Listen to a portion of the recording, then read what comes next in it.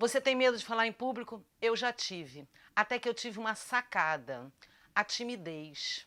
A timidez eu descobri que não é um traço de personalidade. Nós somos, na verdade, intimidados por pessoas e por situações. E por que eu estou dizendo isso?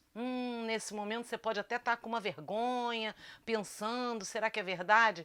Não liga não, que só tenho eu e você aqui nesse vídeo. Então eu vou te contar o que aconteceu.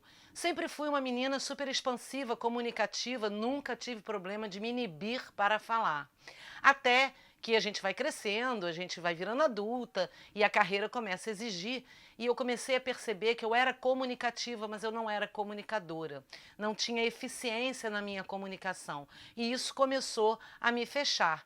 Eu comecei a ouvir coisas do tipo: você é super pertinente, inteligente, mas não sabe falar. Isso causou a minha timidez. E aí eu comecei a pensar, a pesquisar e ver o que tinha acontecido. E, na verdade, a comunicação, ela se dá desde a hora que a gente nasce. Então, o que acontece com a gente? Muitas vezes, ao longo da nossa infância, a gente vai ouvindo coisas do tipo: você fala demais, você não sabe o que fala, é meio destrambelhada, cala a boca, isso é papo de adulto. E a gente vai começando a acreditar que a gente não sabe falar. E olha que nem foi o meu caso. Sempre fui faladeira mesmo. Mas, quando a vida profissional começou a me exigir a me comunicar com vários públicos diferentes, aquilo impactou, de fato. Porque em alguns momentos eu saía com derrota nas minhas falas, apesar de ter certeza que o conteúdo era pertinente, como eu ouvia de muitas pessoas. Então eu comecei a pesquisar, a estudar e tive outra sacada também, que as técnicas de oratória ajudam, são ferramentas, mas elas não fariam eu perder o medo. Até porque elas estão disponíveis na internet, todo mundo sabe que você tem que olhar no olho, que você tem um jeito para falar, para gesticular, para montar uma apresentação, mas não era aquilo que ia me fazer me comunicar melhor. Aquilo só ia fazer com que eu melhorasse um pouquinho a forma de falar com as pessoas. E aí eu fui estudando a fundo e comecei a ter alunos sobre o assunto, fui estudando mais e comecei a ver que aquilo que eu percebi para mim começou a dar certo para os meus alunos. Aquela transformação que eu comecei a ter em mim, de não ter mais medo de falar, de me organizar, de expor corretamente aquilo que realmente eu estava pensando e que queria transmitir, e que o feedback começou a ser positivo, as pessoas começaram a comprar as minhas ideias, começaram a entender o que eu estava falando. Aí eu saquei que é preciso de algo mais além das técnicas. Técnicas são super importantes. Há pesquisas, inclusive, que nos dizem quais são as melhores práticas, o que devemos fazer, mas elas não são suficientes se você não desenvolve autoconhecimento e inteligência emocional. E aí eu comecei a estudar isso, fiz cursos de programação neurolinguística e comecei primeiro a minha transformação, para depois começar a testar com os meus alunos e perguntar a eles se de fato o curso havia mudado, havia transformado, e os feedbacks começaram a vir. Não só da vida profissional, mas da própria vida pessoal.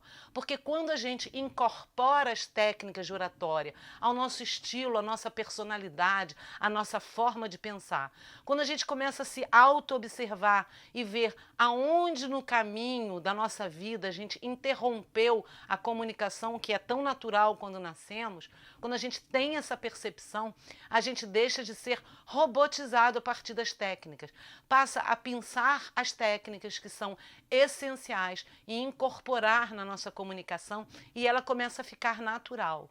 E isso não se dá só no campo profissional, passa a ser na nossa casa também. A pertinência ao falar, a persuasão ao convencer pessoas, a facilidade de se colocar opiniões, ela nunca vai ser a partir de uma técnica, de uma pura ferramenta que te diz: olha assim, faz assim, anda assim, gesticula assim. Quando você percebe que esses movimentos das técnicas de oratória incorporam a sua comunicação e dá sentido, você consegue ver o que você tem de melhor, aquilo que você pretende, precisa, né? Ou quer, ou deseja melhorar, quais são as ações externas que reforçam e fortalecem isso que você tem de bom, quais são as ameaças externas que você tem à sua comunicação, e aí você começa a partir para um segundo nível. Como que eu planejo uma apresentação a partir de quem eu sou, de como eu gesticulo, de como eu olho, de como eu falo, de como eu construo o meu pensamento. Então, o autoconhecimento e a inteligência emocional, que estão diretamente relacionados, eles começam a exercer no seu cérebro aquilo que a gente veio para ser humanos, que é a cognição, o nosso conhecimento. Quando a gente tem apenas reações, quando a gente apenas reage ao ambiente, fala sem pensar, nós, na verdade, estamos reagindo como os animais, só que com a comunicação oral que nós temos e eles não. Quando a gente começa a adquirir esse conhecimento, consegue perceber que o nosso cérebro é manipulável por nós mesmos, afinal de contas, nós somos donos do nosso cérebro, né?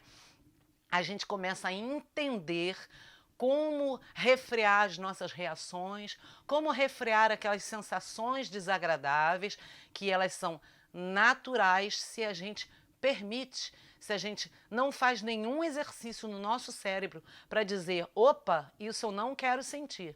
Eu sou autoconfiante, eu tenho conhecimento, eu tenho público, eu tenho autoridade, fui escolhido para falar em público, então não há necessidade de eu sentir essas coisas. Só quando você perceber isso é que as ferramentas de oratória vão fazer de fato sentido.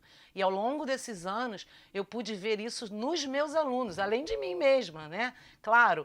E também em pessoas próximas, porque você acaba falando sobre a sua atividade com as pessoas, começa falando sobre os assuntos, sobre a programação neurolinguística, sobre a psicologia positiva, e as pessoas começam a se interessar e essa construção de conhecimento passa a ser coletivo.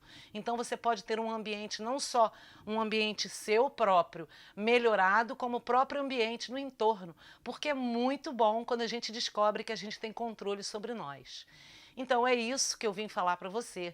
Eu espero que você se interesse pelo assunto, siga a gente, compartilhe com os seus amigos esse assunto, que a gente tem total capacidade de perder o medo de falar em público, porque ele não é natural, ele não é nosso. Esse medo ele é controlável e você pode também ter esse sucesso. Um grande abraço, até o próximo vídeo.